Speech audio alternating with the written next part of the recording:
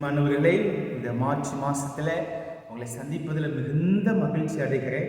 இந்த மாதத்திலையும் ஆண்டவர் நமக்கு கொடுக்கக்கூடிய வாக்குத்தத்த வசனம் 1 பேதுரு 2வது அதிகாரம் 24வது வசனத்தின் பின்பாக சொல்லுகிறது, அவருடைய தழும்புகளினால் குணமானீர்கள் என்று சொல்லப்பட்டிருக்கிறது. நிறைய நேரத்தில் நம்முடைய வியாதிகளில், பலவீனங்களில், கஷ்டங்களில், நோய்களில், போராட்டங்களில், கடன் பிரச்சனைகளில் ஏதோ ஒரு குணத்தை, ஏதோ ஒரு ஆரோக்கியத்தை நாம் எதிர்நோக்கி காத்து கொண்டிருக்கிறோம். ஆனால் இங்கு பேதுரு அப்போஸ்தலன் சொல்லக்கூடிய கர்த்தருடைய வார்த்தை குணமாகுதல் என்பது நம்முடைய பாவ வாழ்க்கையிலிருந்து முழுவதும் குணமாகுதலை குறிக்கிறதை பார்க்கிறோம். இந்த வசனத்தை முழுவதும் வாசிக்கிறேன். 1 பேதுரு 2:24, நாம் பாவங்களுக்கு செத்து நீதிக்கு பிழைத்திருக்கும்படி அவர்தாமே தமது சரீரத்திலே நம்முடைய பாவங்களை சிலுவையின் மேல் சுமந்தார், அவருடைய தழும்புகளினால் குணமானீர்கள். நம்முடைய பாவங்களுக்கு நாம் செத்து நீதிக்கு பிழைத்திருக்கும்படி ஆண்டவர் இந்த சிலுவையை சுமந்தார் என்று சொல்லப்பட்டிருக்கிறது. ஆண்டவருடைய பாதத்தில் நம் பாவ மன்னிப்பை கேட்கிறோம். ஒரு சின்ன பாவமோ பெரிய பாவமோ நம்ம செய்து பின்பு ஆண்டவருடைய சமூகத்தில் மனஸ்தாபப்பட்டு பாவ மன்னிப்பு கேட்கிறோம், நல்லதுதான்.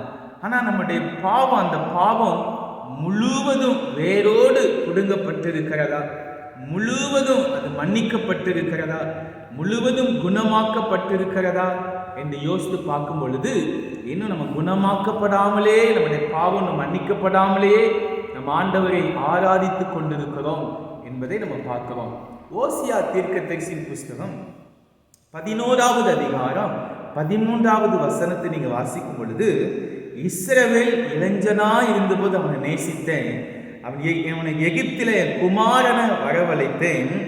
ஆனா 3வது வசனத்தை பார்க்கும்போது, எப்ராயிமை நான் கரம் பிடித்து நான் நடக்க பழக்கினேன், ஆனால் எப்ராயிமோ நான் குணமாக்குகிறவர் என்பதை அறியாமல் போனான் என்று சொல்லப்பட்டிருக்கிறது. நிறைய நேரத்தில் ஆண்டவருடைய ஆசீர்வாதங்களை, நிறைய நேரத்தில் ஆண்டவருடைய கிருபைகளை, நிறைய நேரத்தில் கடவுளுடைய பாதத்தில் வந்து நம் நன்மைகளுக்காண்டி எதிர்பார்த்து ஜெபிக்கிறோம். ஆனால் நமக்கு கிடைக்காமல் போகிறது. ஏன் கிடைக்கல? நம்முடைய பாவ வாழ்க்கையிலிருந்து முழுவதும் நம் குணமாக்கப்பட்டிருக்கிறோமா? ஆண்டவர் எப்ராயிமை நடத்தினார், கைப்பிடித்து நடத்தினார். ஆனால் அது கைப்பிடித்து நடத்தினவர் யார் என்பதை, குணமாக்குகிறவர் யார் என்பதை அறியாமல் போனான் என்று சொல்லப்பட்டிருக்கிறது. இன்றைக்கு நம்முடைய ஆண்டவர் நம்முடைய பாவ வாழ்க்கையிலிருந்து, நம்முடைய அக்கிரமங்களிலிருந்து, நம்ம ஆண்டவருக்கு விரோதமாய் செய்கிற ஒவ்வொரு காரியிலிருந்து நம்மை முழுவதும் நம்மளை குணமாக்குகிற ஒரு ஆண்டவராக இருக்கிறார். இந்த மார்ச் மாசத்துல உங்களுடைய வாழ்க்கையை நீங்கள் ஆண்டவருக்கு ஒப்பு கொடுங்க. இந்த மார்ச் மாசத்துல தேவனுடைய கரத்தில் உங்களை தாழ்த்தி ஒப்பு கொடுங்க. அவர் உங்களை குணமாக்க முடியும். ஆண்டவர் நம்மளை எப்படி குணமாக்குகிறாரா? ஏசாயா 57வது அதிகாரம் 18வது வசனத்தை நம்ம வாசிக்கும் பொழுது, நான் அவன் வழிகளை பார்த்து அவனை குணமாக்குவேன் என்று சொல்லப்பட்டிருக்கிறது.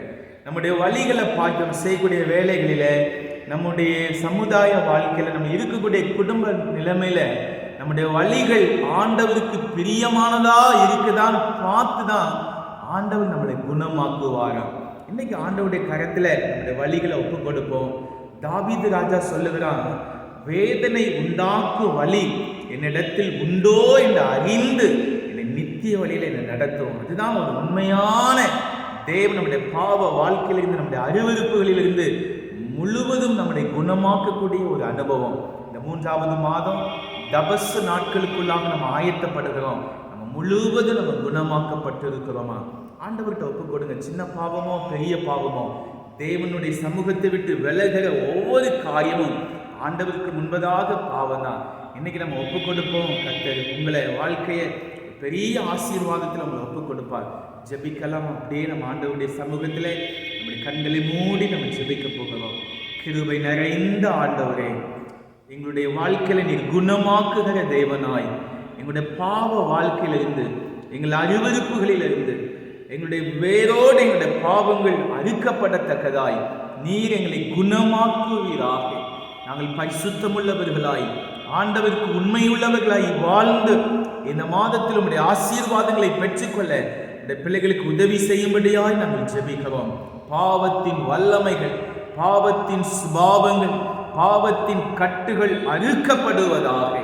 ஆண்டவரே, உடைய ஆசீர்வாதம் இதை கேட்டுக்கொண்டிருக்கிற ஒவ்வொருவரும் நிரம்பி இருப்பதாக. ஆசீர்வதியும் பலப்படுத்தும். இயேசுவின் நாமத்தில் ஜெபிக்கிறோம் நல்ல பிதாவே, ஆமென்.